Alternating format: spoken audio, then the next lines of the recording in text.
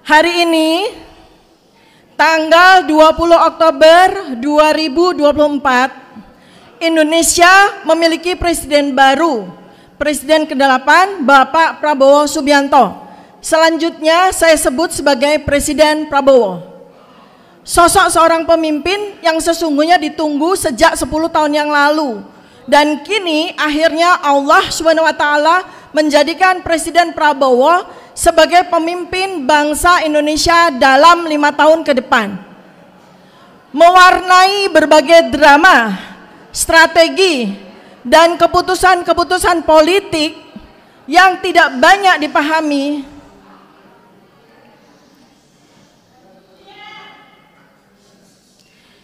dan karenanya menghasilkan kekecewaan karena ketidakmengertian dan berbagai pengorbanan, termasuk pertaruhan harga diri yang dilakukan untuk memuluskan jalan menuju jabatan presiden, termasuk harus tunduk selama 5 tahun berdamai dengan pemimpin zalim untuk menuju kursi presidensi. Akhirnya cita-cita Presiden Prabowo terwujud. Para pendukung Presiden Prabowo 5 tahun ini merasa dipecundangi, dihianati, dibuat sakit hati dengan keputusan Presiden Prabowo masuk kabinet, menjadi menterinya, pembantunya seorang penguasa zalim, pembohong, penipu, dan pengutang terbanyak sepanjang sejarah Republik ini, termasuk menggandeng seorang yang sama sekali tidak kapabel, anak dari si penguasa zalim, pembohong, dan penipu. Dalam 8 bulan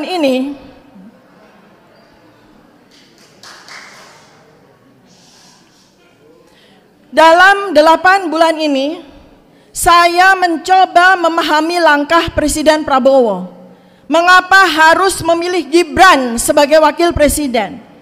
Namun setelah hari ini 20 Oktober 2024 tiba, tanpa halangan saya akhirnya memahami bahwa Presiden Prabowo tidak punya pilihan lain selain menggandeng Gibran menjadi wakil presiden.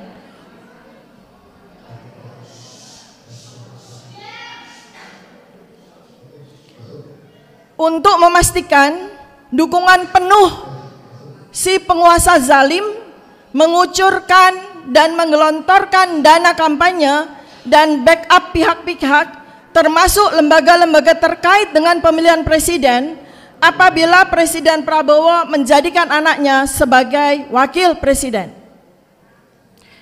Presiden terdahulu menjadikan anak dari presiden terdahulu sebagai wakil presiden. Ternyata Tuhan Allah SWT memiliki rencananya sendiri.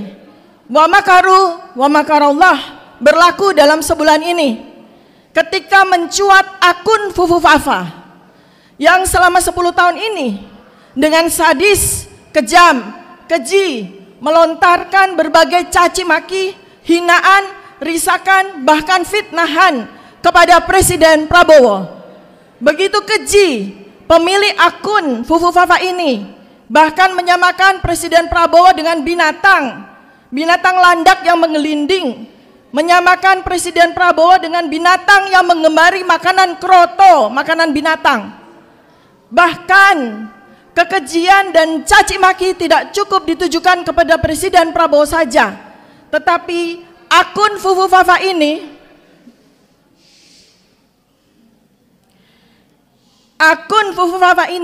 juga tidak henti melontarkan caci maki, hinaan, dan fitnahan kepada putra tercinta Presiden Prabowo, Mas Ragowo Hedi Prasetyo Joyo Hadikusumo, seorang anak berbakti yang sangat sayang kepada ayahandanya, kepada ibundanya, yang dibesarkan sejak kecil dengan penuh penderitaan dan nestapa, tanpa kehadiran ayah yang dia sayangi dan ibu yang dia kasihi. Dia melanglang buana mencari pendidikan terbaik, memperjuangkan karir dan kehidupan terbaik. Mas Didi tidak pernah menggantungkan dirinya kepada orang tuanya, tidak pernah merepotkan ayahnya, tidak pernah menggunakan nama besar keluarganya untuk keuntungan dirinya sendiri. Mas Didit yang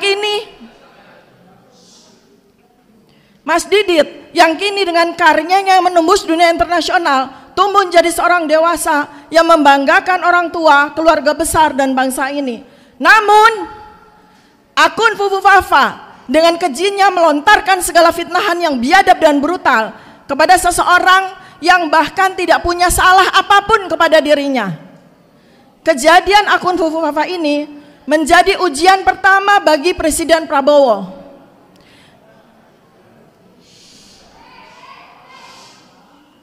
Dengan perangkat berbagai lembaga yang kini berada di bawah komando dan perintah Presiden Prabowo, mudah sekali untuk mengungkap siapa manusia keji yang berada di balik nama akun Fufu Fafa ini.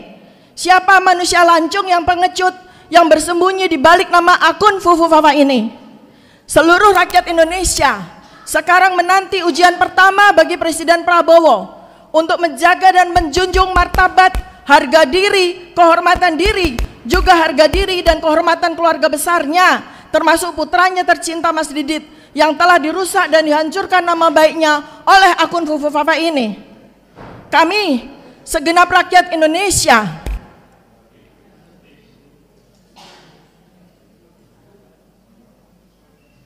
bersetuju dengan apa yang disampaikan Presiden Prabowo pada pertemuan bersama Partai PKB, bahwa caci maki adalah perbuatan tercela, tidak terpuji, bertentangan dengan ajaran agama Islam, bertentangan dengan ajaran agama-agama yang lain. Perbuatan tercela bila dilakukan oleh seorang pejabat bertentangan dengan pasal 7A Undang-Undang Dasar 1945, memastikan yang bersangkutan diberhentikan, dimakzulkan. Kami segenap rakyat Indonesia tidak ingin nama baik, marwah, kehormatan Presiden Prabowo sebagai pemimpin bangsa dan negara ini dihancurkan oleh seseorang yang telah melakukan perbuatan yang begitu tercela. Presiden Indonesia adalah pemimpin besar di dunia, karena pimpinan negeri keempat terbesar di dunia. Tak selayaknya perbuatan yang tercela dibiarkan, menjadikan orang yang melakukannya menjadi duri dalam daging pemerintahan, bahkan menjadi beban yang berat bagi Presiden Prabowo akibat hinaan keji yang apabila tidak dilakukan tindakan apapun, dibiarkan begitu saja, sangat menimbulkan berbagai pertanyaan yang mengganggu batin seluruh rakyat Indonesia. Kami seluruh rakyat ingin 5 tahun ini dan seterusnya memandang Presiden Prabowo dengan hati tenang. Karena itu pada kesempatan ini saya memohon kepada Presiden Prabowo untuk mengusut tuntas akun Fufu Fafa dan menindaknya sesuai dengan kepatutan hukum yang berlaku di negara Indonesia. Dalam masa antara tahun 2024 hingga tahun 2029 kepemimpinan Presiden Prabowo, sebagaimana Presiden sampaikan dalam berbagai kesempatan, Indonesia dan dunia menghadapi tantangan yang amat sangat besar, yaitu gejolak geopolitik dunia yang mencapai titik kulminasinya, yaitu Perang Dunia Ketiga. Perang Rusia-Ukraina telah melibatkan banyak negara, kecamuk perang kawasan Timur Tengah yang makin membesar, dan ketegangan kawasan Laut Cina Selatan adalah ancaman Perang Dunia Ketiga yang sesungguhnya sudah berlangsung sejak 2022. Indonesia tak pelak akan menjadi bagian dari epicentrum Perang Dunia Ketiga dengan berbagai ancaman serius. Karena Perang Dunia Ketiga di abad 21 ini melibatkan berbagai perangkat teknologi termasuk bioengineering weapon, senjata virus pembunuh dan pemusnah massal yang berkemungkinan digunakan untuk menyulut kekacauan dan pembunuhan tak terduga-duga bagi kawasan musuh dengan senjata virus dan kuman rekayasa teknologi. Dengan berbagai multiplier efeknya, kesehatan, ekonomi, sosial politik, pertahanan dan keamanan, serta ancaman pangan, maka Presiden Prabowo seharusnya didampingi oleh seseorang yang tidak hanya cerdas, berpengalaman, berkemampuan sangat tinggi, dan terampil dalam berbagai dimensi. Masa 5 tahun ke depan, segala yang dihadapi bangsa dan negara Indonesia begitu kompleks dan jauh dari sederhana. Maka tidak ada yang kebetulan bahwa pemimpin yang dipilih Allah saat ini adalah Presiden Prabowo. Semoga Presiden Prabowo menjadi antitesis dari pemimpin zalim sebelumnya. Betul-betul menggunakan tugas dari Allah dan amanah dari rakyat dengan sebaik-baiknya, bukan menggunakan jabatan untuk memperkaya diri, keluarga, dan kroni-kroninya sebagaimana yang dilakukan oleh pemimpin sebelumnya. Tetapi beliau betul-betul menjadi pemimpin yang dapat dipercaya, amanah, fatonah, tablik, dan mampu membawa bangsa Indonesia menuju negara yang berketuhanan, adil, makmur, bersatu, dan hikmah dan kebijaksanaan, dan menjadi negara yang baldatun thayyibatun warobun ghafur. Amin, Allahumma amin. Sekian, terima kasih. Billahi taufiq wal hidayah. Wassalamualaikum warahmatullahi wabarakatuh.